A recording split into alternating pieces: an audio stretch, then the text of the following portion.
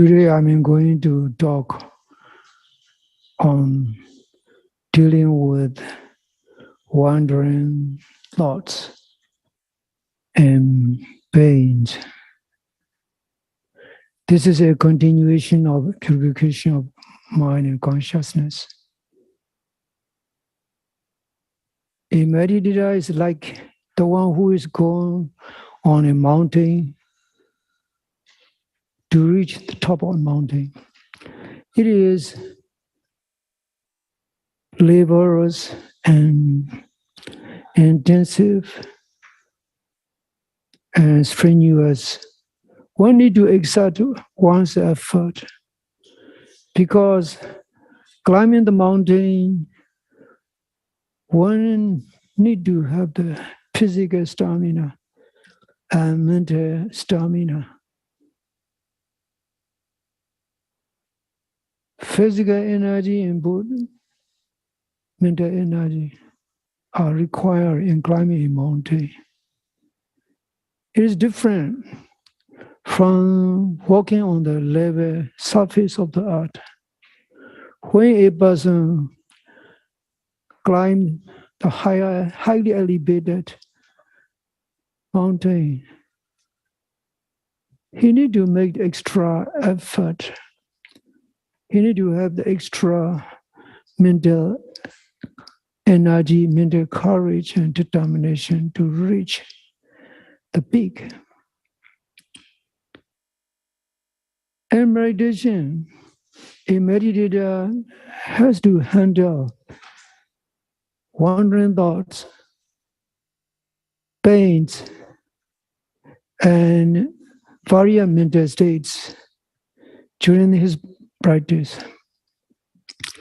They are very tricky because wandering thoughts and the pains are part of our very existence. Even though we don't like it, we have to live through it. We have to deal with it.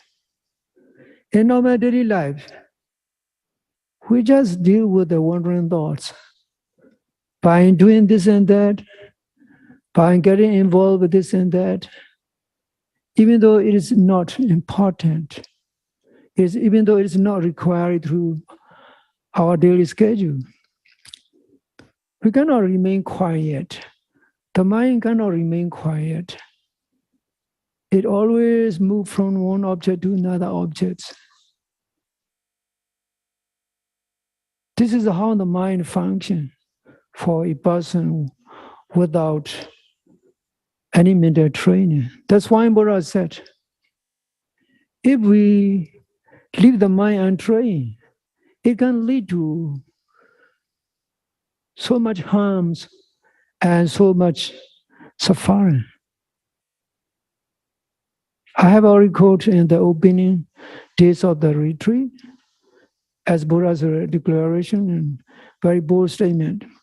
If a person leaves the mind untrained and tamed, that untrained mind, untamed world mind will lead to harms and danger, putting oneself in the danger.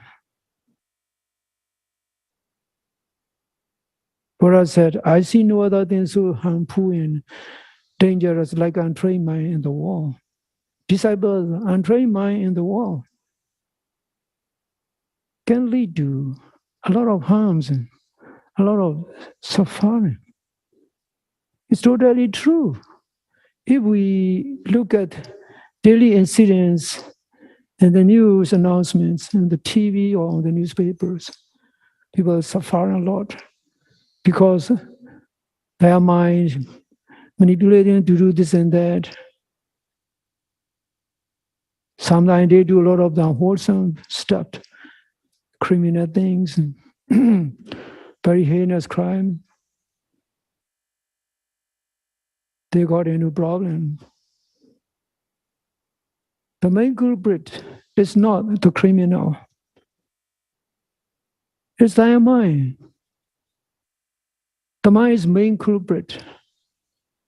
You see the suffering people in certain places where the drug use is accepted legally. You see drug addicts coming there in San Francisco in UN Plaza, Tindalo and Street. Drug use people, drug addicts from all walks of life, old people, middle-aged people, young people.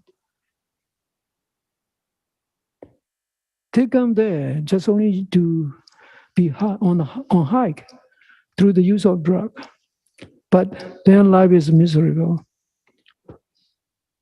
Their family members forsake them, disown them, but they don't care because they become the slaves of their drugs.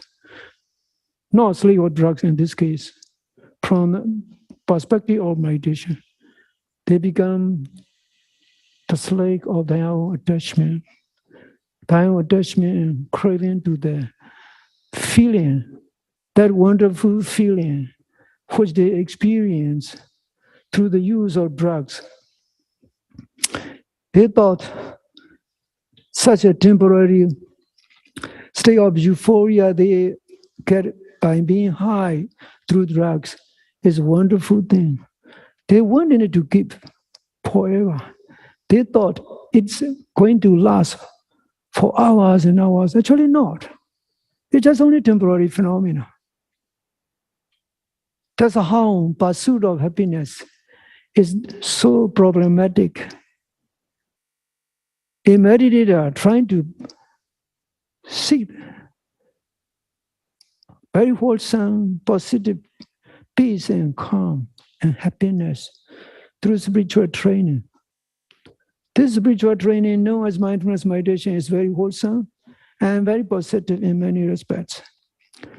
One doesn't need to make extra effort.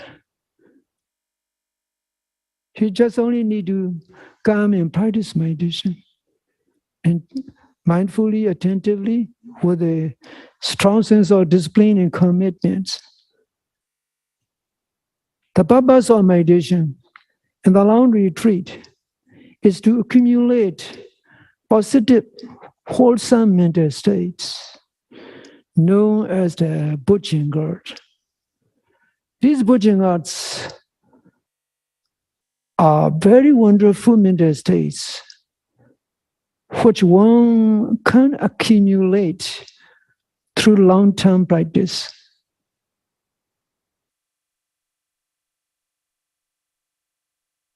These Bujingas are positive mental qualities which a meditator can develop through patience and dedicated practice. They are not to be found in the Buddhist text. They are not to be found in the library and the Dhamma talks. They are to be developed within oneself, especially in one's own consciousness, using one's own ordinary mind by transforming it into a mindfulness mind. As I have said earlier, all the mental suffering, mental problems, and mental contaminants are to be purified, to be cleansed through the use of the mind as a cleansing agent. A cleansing agent is the mind itself, in this case, mindfulness mind. Purifications of the body, purification of the physical steps, or any material things, is quite simple and easy. You can easily use soap or detergent or any cleaning agents that can remove any impurities. Even the progress of your cleaning of the material things is easily visually observable. You can see how much stain you have removed, how much stain is left on your clothes or on your house floor, etc. Because they are visual material things, tangible, visually observable, noticeable. You can hold them, you can see them, how clear they have become, how pure they have become by your effort, But in the case of mental purification, it's a quite different story.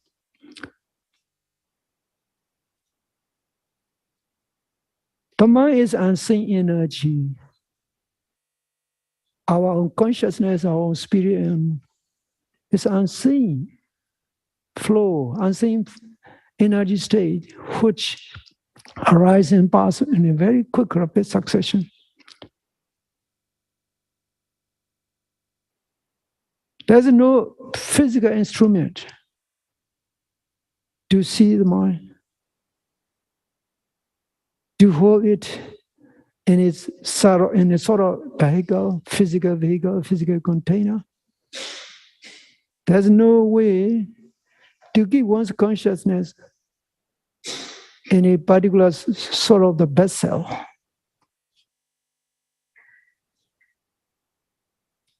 The mind is just a material state. We refer to that mind as consciousness or spirit or soul or whatever term we may use depending on the language. All the terms refer to the unseen energy state known as mind and consciousness.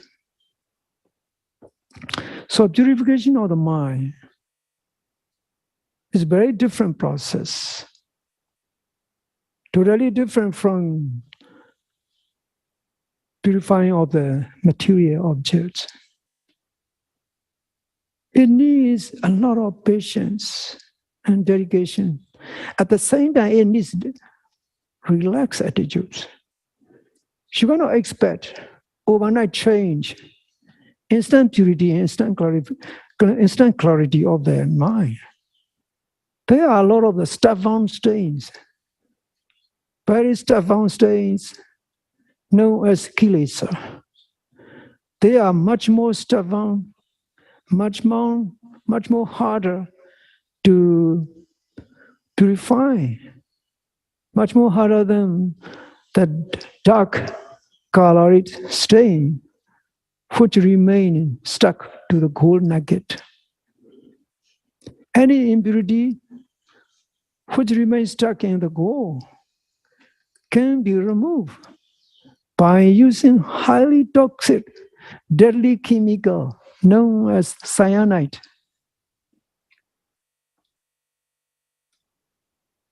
You can compare that mental purification also needs high intensity effort. Even though you cannot use cyanide or any other chemical or any other physical detergent agents. To purify the mind, you have to use the mind as an agent. In this case, not ordinary mind, not distracting mind, not a mind that's thinking this and that and not scattering and discursive. That mind should be concentrated mind. Concentrated mental energy. That concentrated mental energy is to be developed in using your own mind by yourself. You cannot buy it from other shop.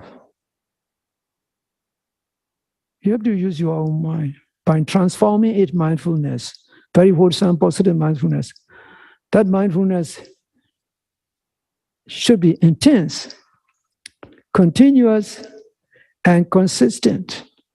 If you can maintain that continuous and consistent uninterrupted mindfulness, those stubborn mental states will slowly, bit by bit, be removed.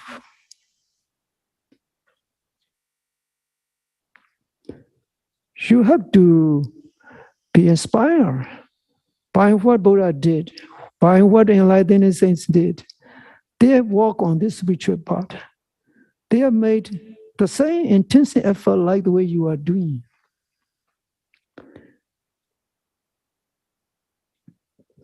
If you keep steadily walking on this spiritual path, positive mental states will slowly accumulate and develop.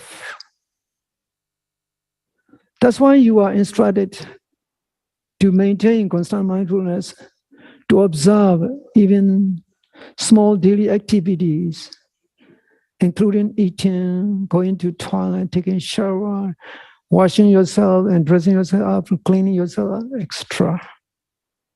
If you can maintain constant mindfulness in even slightest daily activities, you will quickly develop your mindfulness and positive mental states known as bodhanga will be accumulated, and they become stronger and stronger.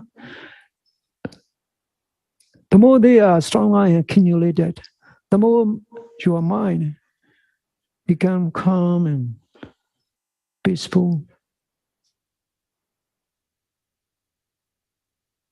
This is the wonderful step of achievement. You can reach to the peak slowly and gradually by making continuous effort. You must not expect overnight change and instant results, because this is not a physical cleaning process. It is a mental purification process. Even if you may not be able to reach the highest peak of your Vipassana practice, you will have developed a very wonderful skill to observe emotions, to live through the pain with mindfulness, to handle wandering thoughts, to keep yourself calm, to keep your mind calm and stable by having this mindfulness skill. You can apply this mindfulness skill even when you go back to your home and start working in your daily busy life. This is how wonderful dynamism out of mindfulness training can be developed. You can use this dynamism, mental dynamism and mental energy, which you will develop through mindfulness meditation in your daily life. This way your life will be a very wonderful life and livable in every circumstance of life without feeling stress and without feeling any kind of depression or mental restlessness.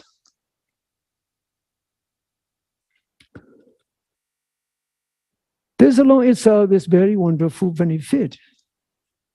Now let me continue to explain what Buddha has said in yesterday's discourse.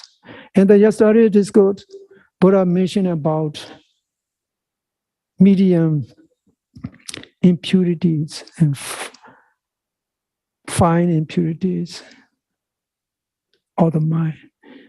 Medium impurities of the minds are wandering thoughts regarding the families and friends, regarding the cities and towns and countries and politics, regarding one's own ambition, aspirations to be respected, to get public recognition, to create impression among your fellow friends and etc. Wandering thoughts are parts of the mind. As you have noticed in your practice, the mind is in a constant state of action, like a playful child, always running around and doing this and that, holding this and that, going here and there. A patient mother needs to keep a close watch on her child so that the child doesn't get into any accident or any mishap, to keep the kid safe. In the same way, just as a patient mother, you have to observe the mind patiently. You don't need to be disappointed by having wandering thoughts. Instead, okay, now my mind's wandering off, the mind's wandering off. You just see it and you just let it be. Let it be means ignore. Just disconnect with it.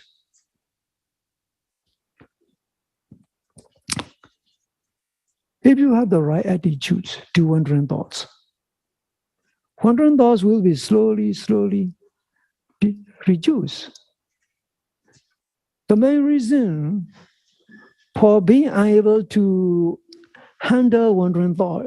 It's our basic natural characteristic of the mind. We used to personify that thoughts as me and mine. We used to identify and personify that wandering thoughts as one's own, even though it's not your own, even though it's not our own. That's why it comes and goes, like the air we breathe in, like the air we breathe out. Every moment of breathing in, breathing out is a continuation of our life. The moment we stop breathing, then our life also finishes. In the same way, consciousness is the energy by which we are alive, we remain alive.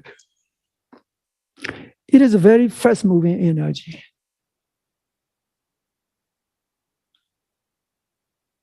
Purpose of meditation is to harness that wonderful energy in the way one wishes to develop. We are just harnessing the mental energy by use of mindfulness meditation. The moment we are able to depersonify those wandering thoughts, let's say we have to disown, like the families disown their own bad family member. In the same way, you disown, you throw away, cut any connection by letting go. Once you develop this skill, this letting go skill, this disowning and depersonification skill, you will be able to move through in your practice. You will be able to proceed.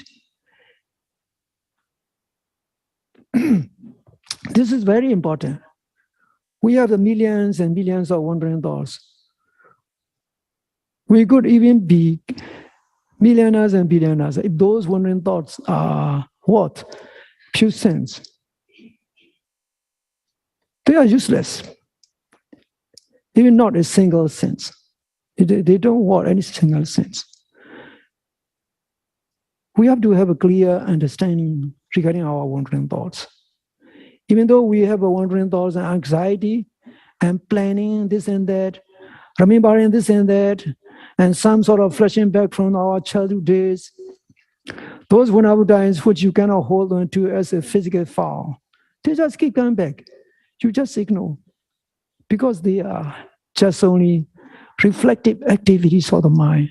The mind is highly reflective. It also ruminates, it always brood about the future. It always think about the past. Actually, we are not living in the past. We cannot live in the future. We just live here and now, at the present moment, at the present minute. Once you understand that, you will be able to handle wandering thoughts.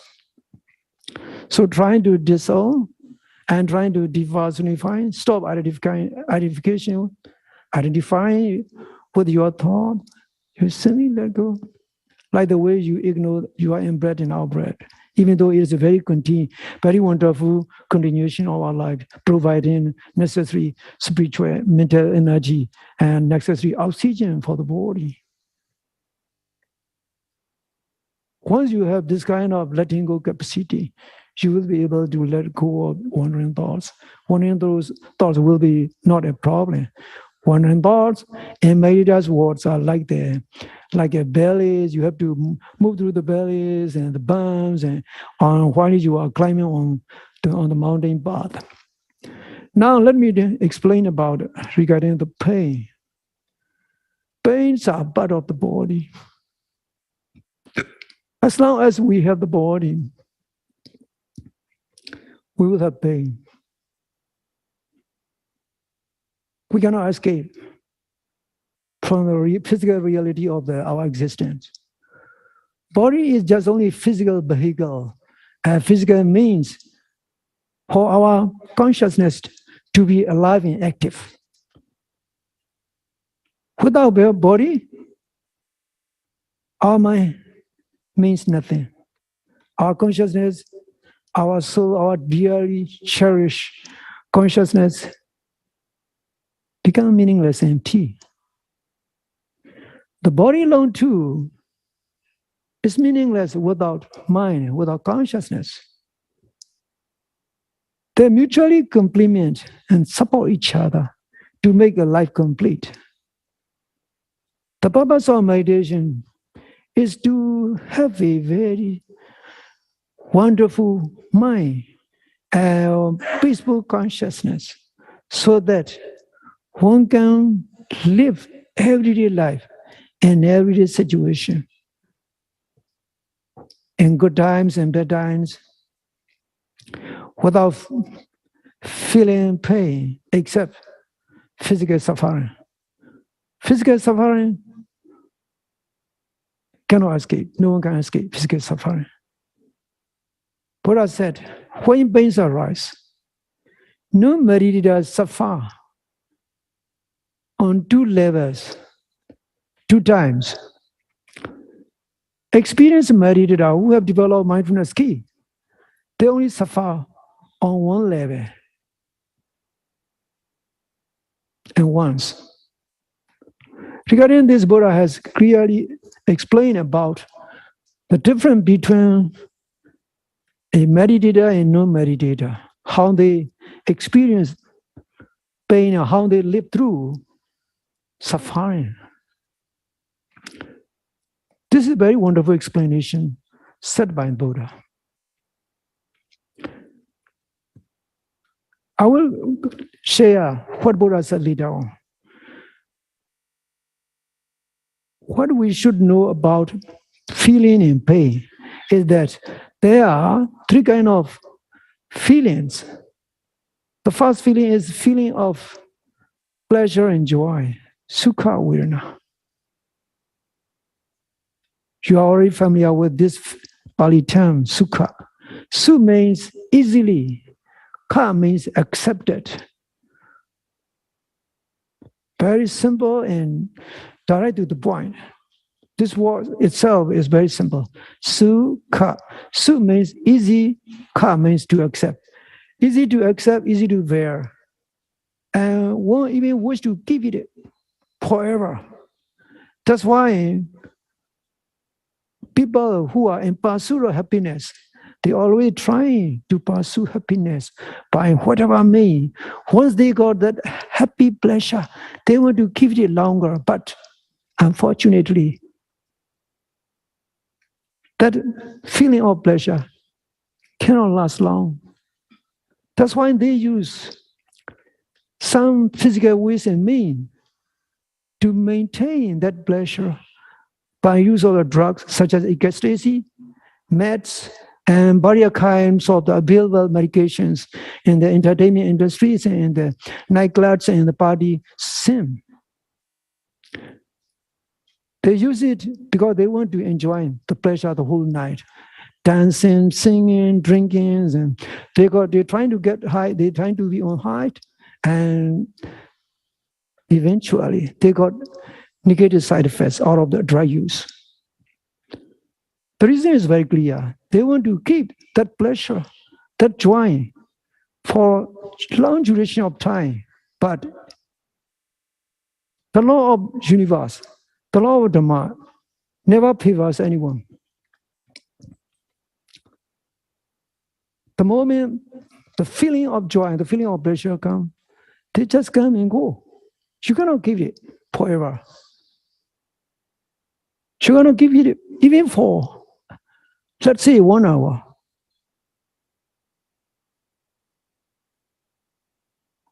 Every feeling subject to rise and pass. That's what Buddha said, even though the world doesn't want to accept it. Now, the second type of feeling is called dukkha.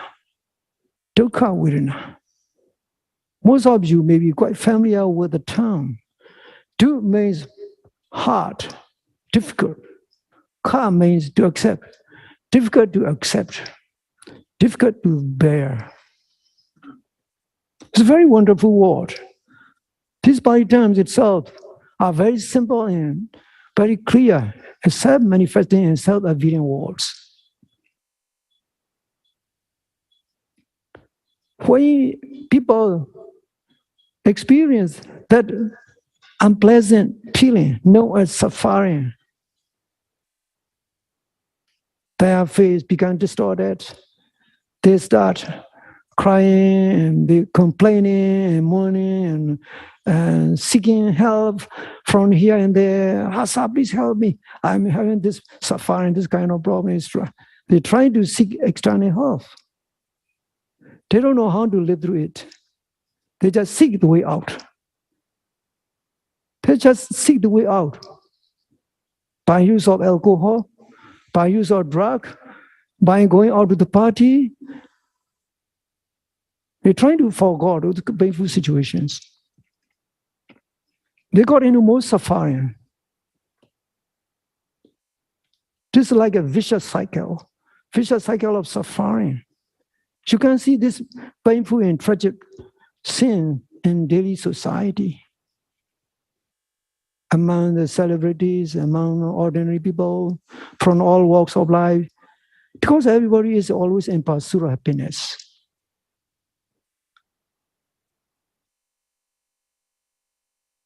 This is human nature. The problem is they want to give that happiness which they experience for longer. If possible, they want to keep it, they want to hold it, they want to grab it forever. But the feeling of joy and the feeling of suffering, same thing. They just undergo constant process of change, arising and passing. And the third feeling is called the Ubeka Vedana. Ubeka is neutral, neither joyous nor unhappy. To translate this word, Ubeka is a combination of two words, Upa, Eka. Upa, without having any kind of reaction, by feeling happy, by feeling unhappy. Eka means seeing it. This can be mentioned by use of the Emiliana. Emiliana man, if he got more money, or if he see a new car, very expensive new car, he doesn't have much joy, much noticeable joy, because he already has a lot of cars.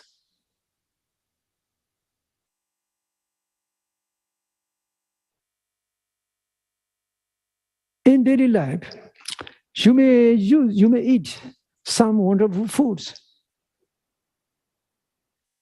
every day, and you no longer have that joy. Instead, you have the indifferent feeling. For a poor person, if they have a chance to eat good food, they are very happy. If they have money, they are very happy. But for a person who used to who used to utilize such kind of expensive thing, they no longer create any significance. They no longer made any distant feeling to them.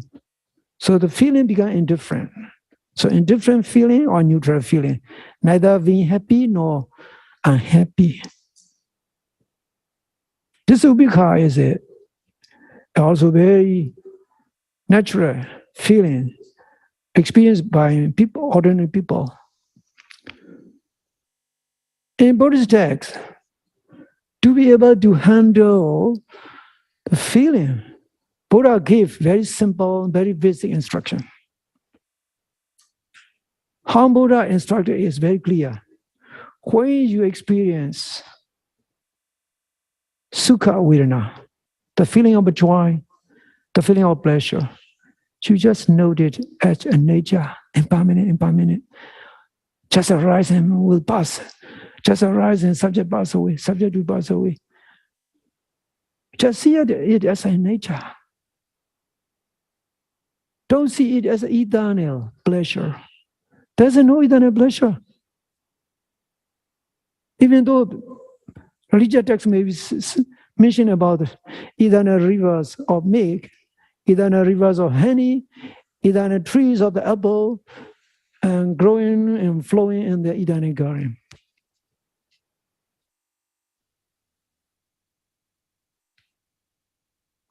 There's no eternal pleasure. This is very clear.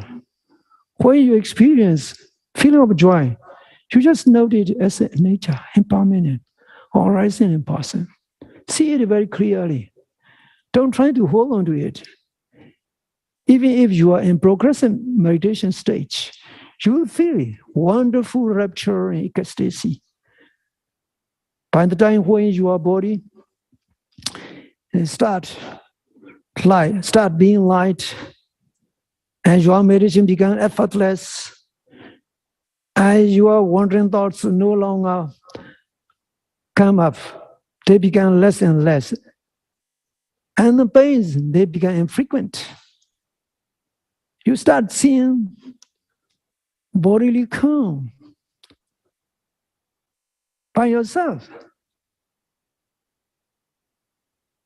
Even when you are sitting, you don't feel the touch of the body. You don't even notice there's the body. There's no gross physical feel. When you walk, your walking is like moving in the clouds, especially for those who have made advanced stage of the progressive meditation. I see some yogis with my own eye. When they are instructed to walk, multi-step walking meditation, their walk is like walking on the cloud. They themselves can maintain the perfect balance in the walking. Multi-step walking meditations are not for everybody, not for every yogis, because it's not suitable for them. Only 1 step, 2 step, 3 step walking meditation is enough for ordinary meditators. That's why meditation teachers, they never give the multi-step walking meditation instruction.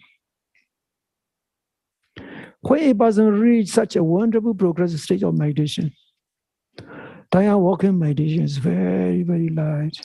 Even though they are extra slow,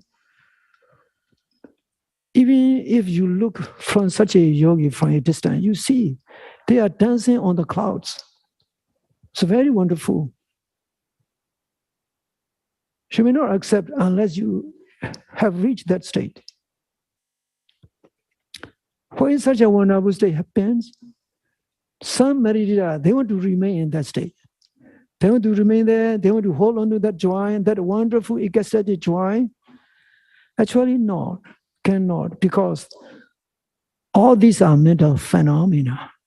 Positive, very positive, wholesome, advanced spiritual nature of the pure consciousness. That consciousness too face the law, universal law of arising and passing. This is what Buddha has said. There's no way who can come and help you to keep everything eternal, to remain alive eternally in this world forever. This is the way things are. You have an expiry date the moment you are born. You cannot see that expiry date. Like the way you can see expiry date in you shopping groceries. We cannot accept we are just impermanent. We cannot accept. That's why we always see eternity in eternal life. When a person makes progress, one wants to remain in that wonderful state.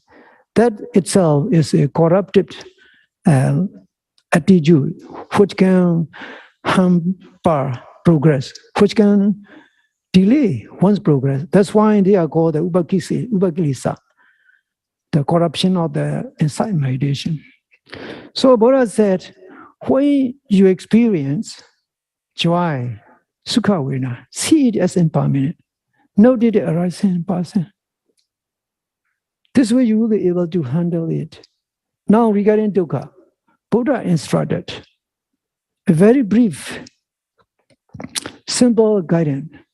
See it as thorn. Thorn is very prickly and penetrative and causing pain and causing bleeding. The moment you have a suffering sensation, suffering pain, just view it as thorn and use your mindfulness to handle that pain. Don't identify. Don't try to claim ownership of that pain. This is very important.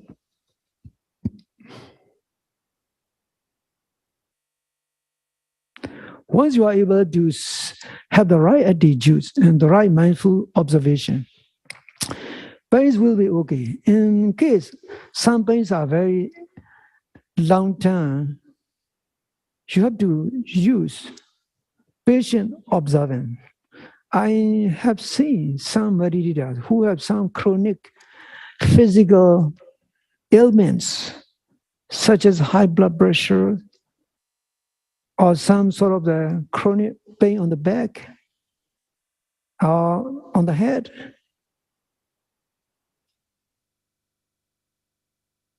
For such meditators, they have to observe the pain by being detached from the pain. Instead, they just see pain, nobody's pain, just only the noting mind and the pain itself, synchronizing and corresponding, and every moment of arising and passing. And they can live through that chronic pain for long hours. Sometimes they don't know. They are sitting 1 hour, 2 hours. They can sit. There's a practice among the meditators. Huan Liang practicing meditation in Mahasi Meditation Center in 1973. It is called the pursuit of the pain till the end. This practice usually happens to some meditators who have pain, some occasional pain, and they're trying to confront the pain with mindfulness. They observe it. Even though the hours try to get up, they don't get up. Instead, they continue their sitting until they see how the pain dissolves, how pain breaks into bits and pieces under strong mindful observation. Once they reach that kind of complete dissolution of the pain, and they feel very light, the body feels very light, and they are joyous, feeling of joy, feeling of lightness arise. They're about to meditation teachers about how they are able to know the pain till the end, until the end. For some meditators, this kind of practice is not appropriate, not suitable, because it needs much time to handle the pain. So pain meditation is very wonderful meditation. You don't need to be afraid of pain. Instead, you welcome the pain with peaceful mindfulness. And just come any pain, your mindfulness will be able to observe, penetrate into it, and see it, how unstable, how shaky that pain is. Even though in the beginning it may be very threatening and frightening for an experienced meditator. Pains will provide wonderful opportunity to sharpen the mindfulness, to make one's mindfulness strong and vigorous. It is a wonderful companion for a meditator. Pain meditation will be very beneficial, even though pain may not disappear right away, even in a few days' time, because it will teach you how to handle the pain. how to live with the pain. Even when you go back, you can use this pain meditation in case you have the pain. You will no longer feel suffering.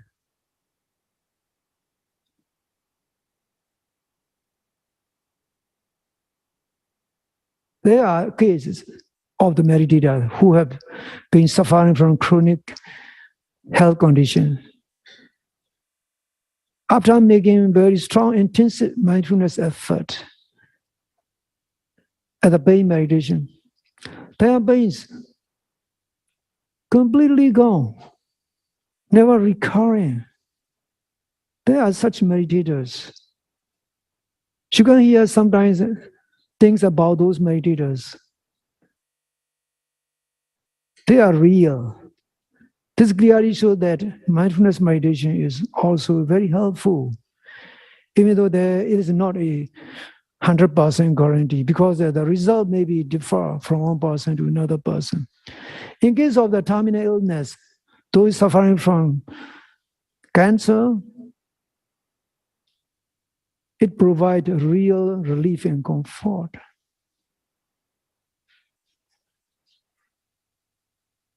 It can provide courage to deal with the pain. So pain meditation is a wonderful branch of mindfulness meditation. You can apply in your practice. Whatever pain, small pain, big pain, intense pain, just only minor tingling or numbness, whatever comes, whatever form of pain comes, just accept it, understand it as part of the body, part of having the body, part of having this physical existence with the body, which you cannot escape. Once you have this proper understanding, you will be no longer disappointed at the pain. Instead, you will accept it, and you will be able to observe the pain with impersonal mindfulness, being detached in the observation process, not getting involved into it. That's mine, me. The moment you trying to put me and mine into the pain, you will suffer. That's what Buddha said in the discourse. In the discourse, Buddha said, a meditator and no meditators are totally different. A meditator just only suffer physical pain, no mental pain. No meditator suffers both pains, physical pain and mental pain as well. To quote what Buddha has said in the Buddhist text, I would like to share what Buddha said.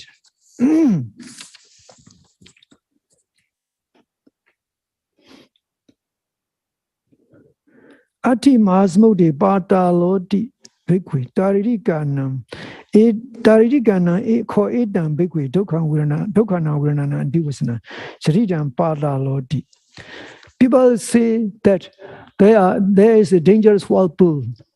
There are dangerous suck holes in the ocean, in the river, which can suck a boat, which can suck a person into death.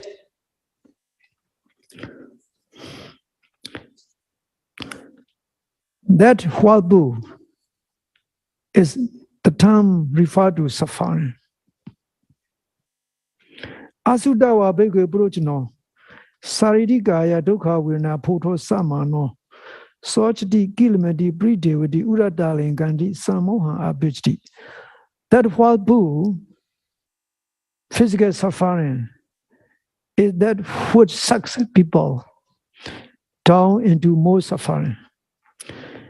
A non-meditator commoner, when faced with the physical pain and physical suffering, he feels sad, he feels stressful, he cries by hitting his chest. He is confused, not knowing what to do, not knowing what way is the best way to get out of that. Ayan ojdi bhikkhve asudawa buddhochino padale na pichukchadi garden cha nijaga. disciple, this kind of situation is called a commoner being sucked into the whirlpool and sucked whole. He cannot remain composed. He cannot stand firm.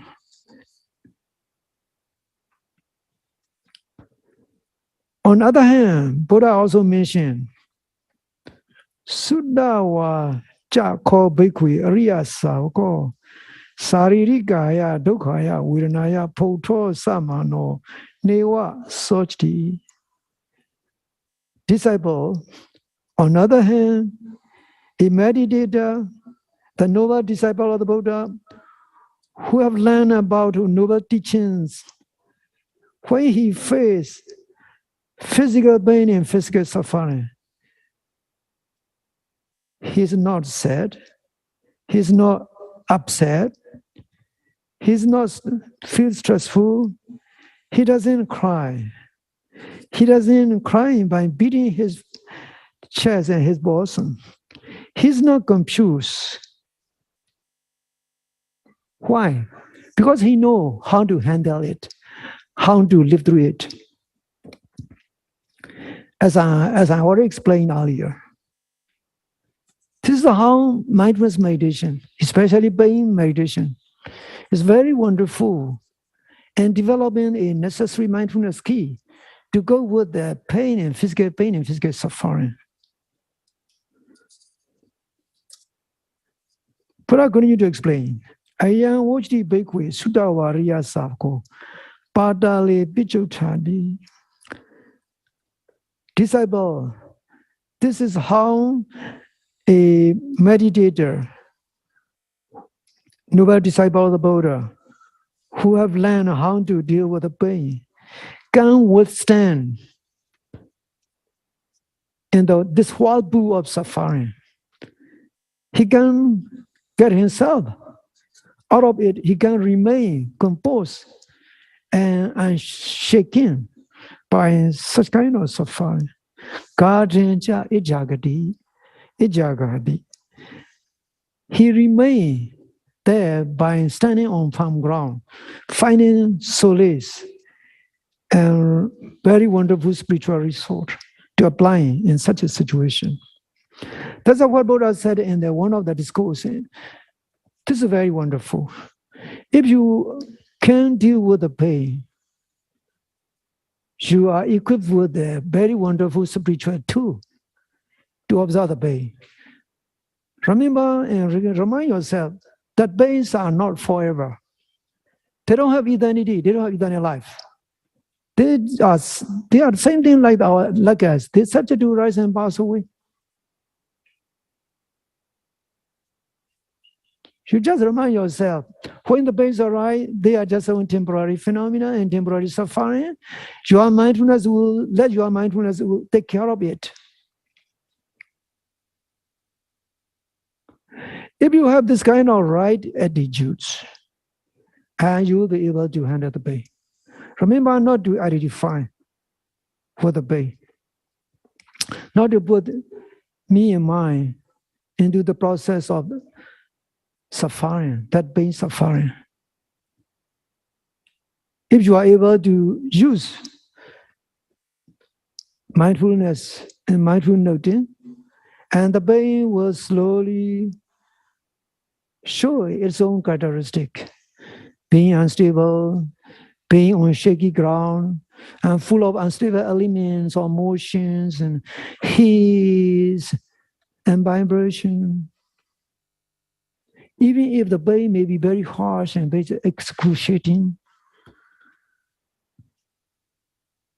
they will no longer pose any kind of danger, they will cause no fear. In Buddhist text, it's clearly explained about that. In this case, when a person can observe the pain till it disappears or till one's life ends, that person may attain part infusion knowledge up to the fourth level of the fruition knowledge. This kind of the person is called the Sama-si-si. Sama means at the same time with the disappearance of the pain. Si-si, the one who attain the bliss of the Nibbana. This kind of the saying is described in Buddhist texts. It refers to about people who maintain intensive mindfulness on the pain till it disappears. And the moment pain disappears, and their life conditioning force, known as Jivitendriya, also come to an end. They die a very peaceful and serene death. Their face is radiant with peace, without any pressure distortion. I want to share one interesting story about my teacher who is in Manly. He has a colon cancer in the last stage. Let's say he's almost dying. He has been living through excruciating pain. The famous doctors request him to accept the medication. In this case, morphine, so that to relieve the pain and to make it livable. My teacher just only refused to accept it. Instead, he just keep on meditating on his deathbed, facing his final hours, without showing any physical expression of pain. He remained calm and peaceful. He faced death very peacefully. And the body and the face is radiant with color, bright color. And when his body is cremated, and some relics of the bone come up, it's very interesting. There's also another interesting story, which I have experienced. It is about the second Sonon Siaro. When Sonon Siaro passed away, that Siaro lived in the cemetery. He practiced Dutenga practice.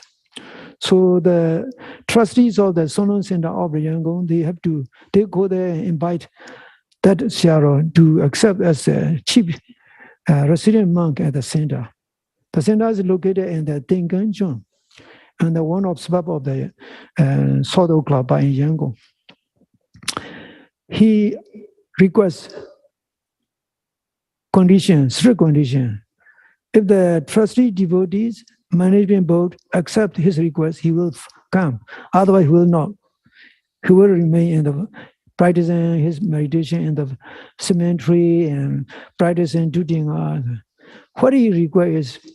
No one should come to him on the weekdays,